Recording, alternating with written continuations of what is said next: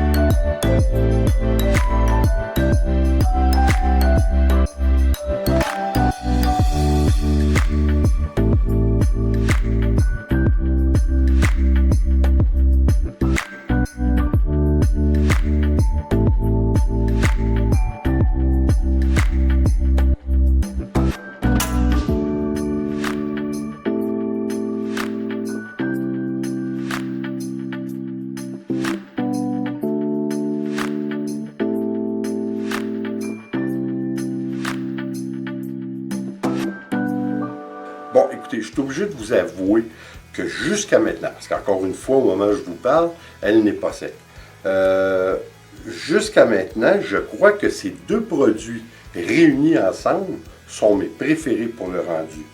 Parce qu'on y trouve de tout. Vous savez, si on aime les cellules, on a un petit peu de cellules, mais on a quand même des lignes bien définies, avec des couleurs différentes. Alors, je trouve que c'est le meilleur des deux mondes. Évidemment que les deux produits étant totalement différents, c'est ce qui a probablement créé ce rendu. Mais je suis obligé de vous avouer que c'est la première fois que nous utilisons seulement que ces deux produits ensemble, et le résultat est très bien. Vous savez, il y a plusieurs raisons pourquoi. Jusqu'au moment où je vous parle, encore une fois, la plupart des cellules se trouvent dans le orange et dans le jaune. Je crois qu'une des principales raisons, c'est la molécule qui est un petit peu différente dans chaque acrylique et dans chaque couleur. Alors, je crois que c'est pour cette raison. Cette fois, j'ai utilisé 3 couleurs de la même compagnie, si vous voulez. C'est, je vais vous le dire, ça sera pas long. Artist Love. Je pense qu'on trouve ça partout. C'est intéressant, c'est pas tellement dispendieux pour des grosses bouteilles. Si vous utilisez de l'acrylique en tube, vous allez vous arracher les cheveux de sa tête parce que ça va vous prendre d'énormes quantités de liquide pour la rendre plus fluide. Alors que celle-ci, elle est déjà un petit peu plus fluide. Alors c'est ce qui rend la chose plus agréable. Alors comme vous voyez, c'est la même sorte que j'ai pris pour mes 3 couleurs. Une autre chose, j'ai dilué beaucoup moins mon acrylique. Je l'ai mis beaucoup moins fluide qu'à l'accoutumée. Alors je crois que ça aussi, il va y avoir une incidence sur le rendu, c'est clair. Et puis pour l'instant, je suis obligé de vous dire que, étant donné que les 2 dernières, on l'a fait avec notre acrylique un petit peu moins fluide, je commence à être un fan de le faire de cette façon. Je ne l'étais pas avant. Je vais vous expliquer un peu pourquoi. Plus qu'on la met thin, plus qu'on la dilue, plus qu'on la met fluide, plus qu'il y a une interaction avec les produits. Hein, c'est clair. Ça facilite le produit à faire son interaction, évidemment avec l'acrylique qui est déjà plus fluide. Alors, c'est une facilité que le produit. Par contre, je suis obligé de vous dire qu'avec les 2 dernières fois qu'on l'a fait, j'aime bien le rendu qu'on n'a pas trop de cellules. Alors, pour cette raison, je crois que c'est pertinent de mettre notre acrylique un petit peu plus épaisse, ce qui va nous donner un rendu qui est moins agressant si, comme moi, vous n'êtes pas fan de cellules. Alors, pour moi, pour l'instant, j'adore ce rendu. C'est un de mes rendus favoris, justement parce que il y a des cellules, mais ce n'est pas agressant pour moi. Il y a aussi de belles lignes qui sont fluides et qui sont bien définies. Alors, je crois que finalement, j'ai trouvé ce qui m'intéresse le plus dans le coulage acrylique, en fait, de produits. Par contre, vous savez comme moi, j'aime bien utiliser la technique que nous avons appelée déjà par le passé, la technique Sikeros, qui est la technique la plus simple, c'est-à-dire que de l'eau avec de l'acrylique. Encore une fois, à essayer notre acrylique beaucoup plus épaisse, un peu d'eau, et on essaie tel quel. Je crois que ça va nous donner des résultats très, très intéressants, mais on a beaucoup de pertes de peinture parce qu'évidemment, plus que votre peinture est épaisse, plus que automatiquement vous devez en mettre. Alors, je crois qu'on va le laisser la prochaine fois. Écoutez, j'espère que ça vous a intéressé. J'espère encore une fois que vous allez l'essayer parce que c'est tellement simple. C'est des produits qu'on a tous à la maison. C'est des produits qui sont faciles d'accès et qui nous donnent des rendus toujours les plus intéressants les uns que les autres. Je crois que c'est des belles techniques à apprendre. Je crois que la peinture en coulage acrylique, c'est une forme d'art qui est tellement intéressante et tellement revalorisante parce que le contrôle que vous avez est minime. Hein? Alors écoutez, encore une fois, merci d'être là.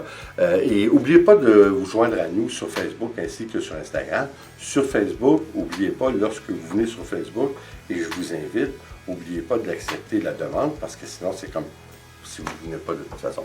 Alors, au plaisir. Et puis, comme toujours, s'il vous plaît, abonnez-vous, laissez un commentaire et partagez. C'est toujours un plaisir. On se revoit la prochaine vidéo.